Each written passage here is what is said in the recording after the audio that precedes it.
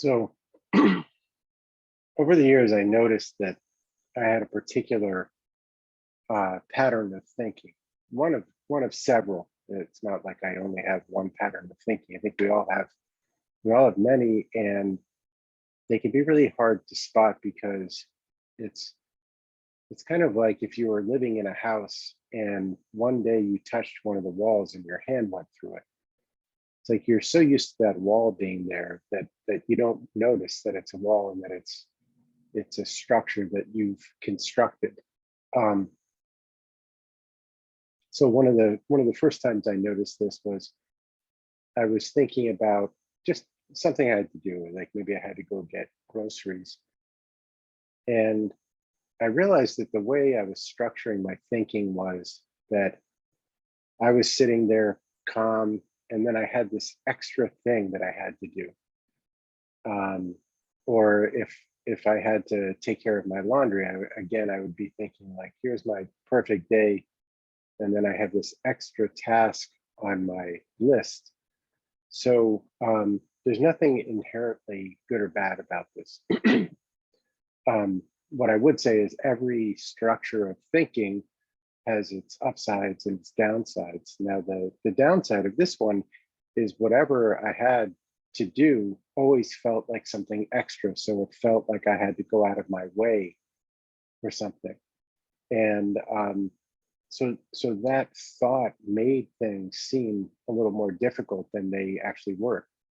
It wasn't just like, oh, I have some things to do and then I have the rest of the day off. So I said that quickly, but basically if I thought about everything I had to do and then being off for the rest of the day, it's like I'm flipping the sentence around, but the result's very different because I'm focused on, what I'll feel after.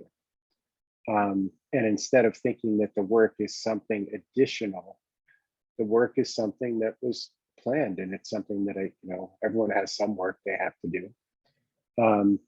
So once I noticed the structure, I began to play with other ways of thinking about things.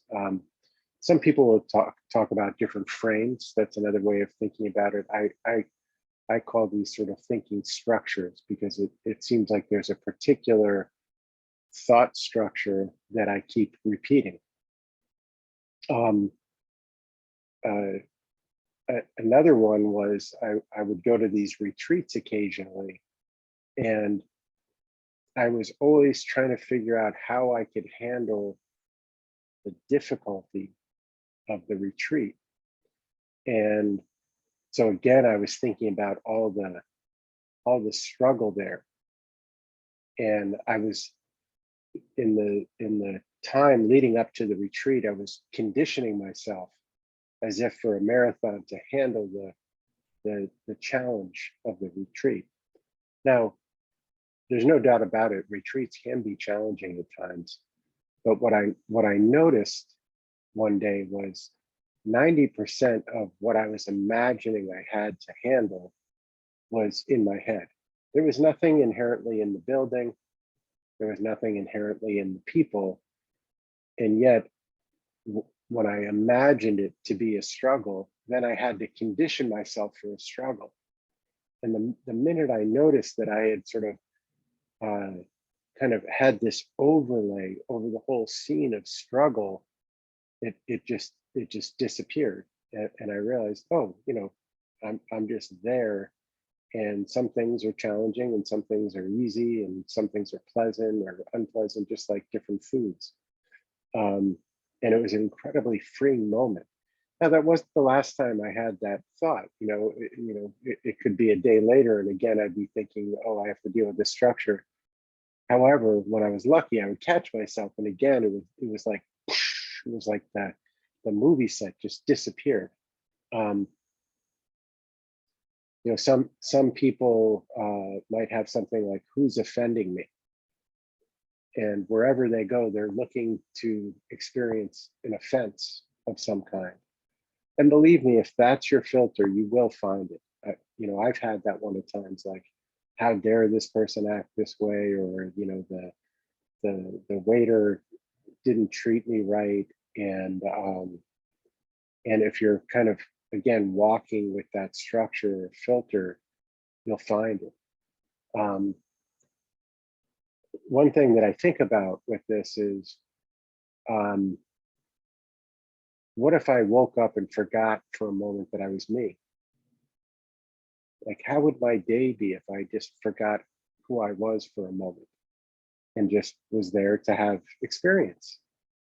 Um, and and certainly, you know, if I got hungry, I would go find some food, right?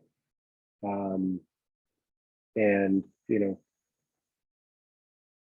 it's just wonderful to show up with none of that filter on for a moment. It's like if somebody gave you a day off, and and you know, some of these structures are wonderful, and it's great. Um, and it's also wonderful to mix them up in the same way that, you know, if you were an actor or actress and you tried on different roles, you know, I have many goals and things that I'm going for, and those also are limits. You know, this guy Robert Dilt said that the minute you have a goal, you have a problem, because you now have the space between where you are and the goal, and that unto itself you can define as a problem.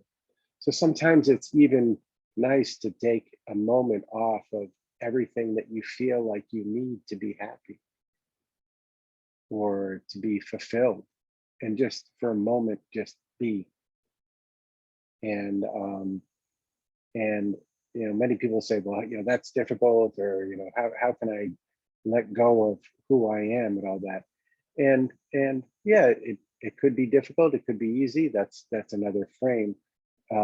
What I do know is you can pretend it for a few moments and just imagine what it's like to just be for a second. And when we settle into guided meditation, sort of checking with our body, that's another way of doing it, is just, you know, letting everything go for a moment and know that it will be there when you come back, and just letting yourself be in the moment, experience it as it is,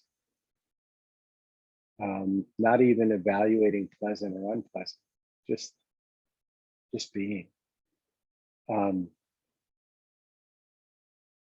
it's funny how we label emotions as pleasant or unpleasant, and they certainly seem that way. Um, you know, I know when I'm experiencing an emotion that I feel is unpleasant, and yet at its base, it's sensation in some way, right? It's an experience in our body, and it may have a story that's supporting it and cranking it up, um, or something that you're picturing, but it's all just experience. It's neither good nor bad. Now, believe me, when I'm in the midst of a really unpleasant emotion, if you ask me, I'll say, of course it's bad. But if you ask me, it actually does me a service, because then I can sort of just return to the pure sensation of it for a moment. And when you do that, at least for a moment, there's just a touch of freedom there. Um, and as I was saying a moment ago, even though I have many goals, and I love kind of going for it, and in the same way that I enjoy a good game or a good challenge, see what I can get out of myself, see if I can surprise myself, I also enjoy letting that go for a moment, like completely, like, and having the ability to really go for something and also know that it doesn't really matter. Um, that it's great if something happens, and if it doesn't happen, you can find whatever emerges there as well. So that's the game of today, is begin to notice what structures do you find yourself in. And one clue is, if you find yourself in a particular emotion again and again and again, there's a good chance that, not intentionally, but you've set up a structure. You have a series of beliefs or a way of thinking about things that's supporting that emotion coming up again and again and again. I used to go to this yoga class, and I would get offended because the one teacher would always go over her time. and I would get offended because I felt it was disrespectful. Now, that's my belief, my story. But if I didn't have that, I wouldn't have had to have been offended in that moment. I could have just been there speaking to the other people and not have to have a story about that. So that's just one example from me. I think we all have a collection of these, and it's really fun once you notice one. Even to notice that you're stuck in it can be a really rich experience. So I wish you well in your exploration.